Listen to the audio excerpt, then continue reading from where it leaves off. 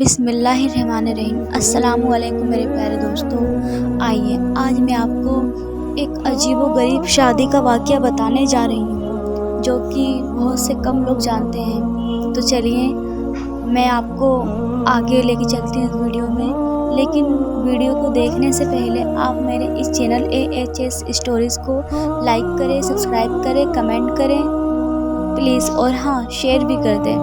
چلیے تو آگے بڑھتے ہیں۔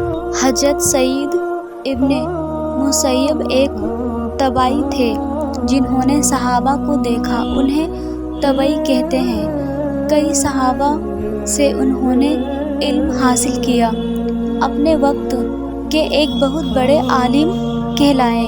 ان کے پاس ایک نوجوان آیا کرتا تھا، لیکن کافی وقت گزر گیا وہ نہیں آیا۔ پھر ایک دن وہ آیا تو حضرت سعید ابن مسیب نے نہ آنے کی وجہ پوچھی تو نوجوان نے کہا، میری بیوی کا انتقال ہو گیا تھا، اسی لیے میں حاضر نہیں ہو سکا۔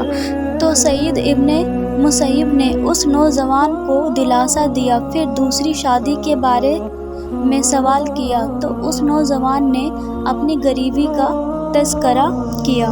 تو حضرت سعید ابن مسیب نے اس کو اپنا داماد بنانے کی خوشخبری دی۔ اس نوجوان کو یقین نہیں آ رہا تھا کہ حضرت اپنی اس بیٹی کی رشتے کی بات کر رہے ہیں جو قرآن کی حافظہ ہے اور علم کی دولت سے مالا مال ہے، اور جس کے لیے خلیفہ نے اپنے بیٹے کے لیے رشتہ بھجوایا تھا، لیکن حضرت سعید نے انکار کر دیا تھا۔ اسی لیے اس نوجوان کو بہت حیرت ہو رہی تھی۔ حضرت سعید نے کچھ دیر بعد کچھ درہم کے بدلے اپنی بیٹی کا نکاح اس نوجوان سے پڑھا دیا۔ یہ نوجوان بہت خوش اپنے گھر آ گیا۔ اس دن اس کا روزہ تھا۔ اس نے گھر میں افطاری کا انتظام کیا۔ مغرب کا وقت ہوا۔ روزہ افطار کے بعد وہ کھانا کھانے میں مصروف تھا کہ دروازے پر دستک ہوئی۔ اس نے دروازہ کھولا تو دیکھا سامنے حضرت سعید کھڑے ہوئے ہیں، اور حضرت سعید ہمیشہ علم کے سمندر میں ڈوبے رہتے تھے۔ انہیں باہر بہت کم لوگوں نے دیکھا تھا، اسی لیے نوجوان بہت شرمندہ ہوا۔ اس نے کہا، حضرت آپ نے کیوں زحمت فرمائی؟ آپ بلا لیتے میں آ جاتا۔ تو حضرت سعید نے کہا، میں تمہاری امانت خود تمہارے سپرد کرنے آیا ہوں۔ ان کی بیٹی ان کے پیچھے کھڑی تھی۔ انہوں نے اس کو دروازے کے اندر کیا اور خود وہاں سے اپنے گھر کی طرف تشریف لے چلے۔ یہ تھی اس وقت کی شادیوں جو بہت ہی آسان ہوتی تھی۔ مہر کی رقم اتنی رکھی جاتی تھی جس کو آسانی سے دیا جا سکے۔ صرف مال دولت اور خوبصورتی پر ہی رشتہ نہیں ہوتا تھا، بلکہ اصل بنیاد اس کی دین ہوا کرتی تھی۔ حضرت سعید نے مال و دولت، خوبصورتی نہیں بلکہ دیندار اور نوجوان دیکھ کر اپنی بیٹی کا رشتہ کر دیا۔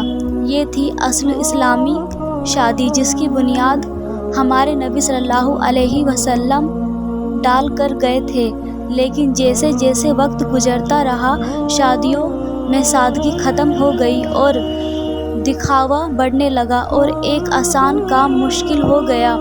قیامت کے قریب ہونے کی علامت میں بھی بتائی گئی ہے کہ شادی مشکل ہو جائے گی اور بدکاری آسان ہو جائے گی۔ آج اگر اپنے آس پاس نظر ڈالیں تو بالکل یہی حالات ہیں۔ آج شادیوں میں دکھاوے کے طور پر لاکھوں روپے خرچ کر دیے جاتے ہیں، لیکن ذرا سوچیں اس میں کتنے گھر آباد کیے جا سکتے تھے اور کتنی شادیاں کی جا سکتی تھیں۔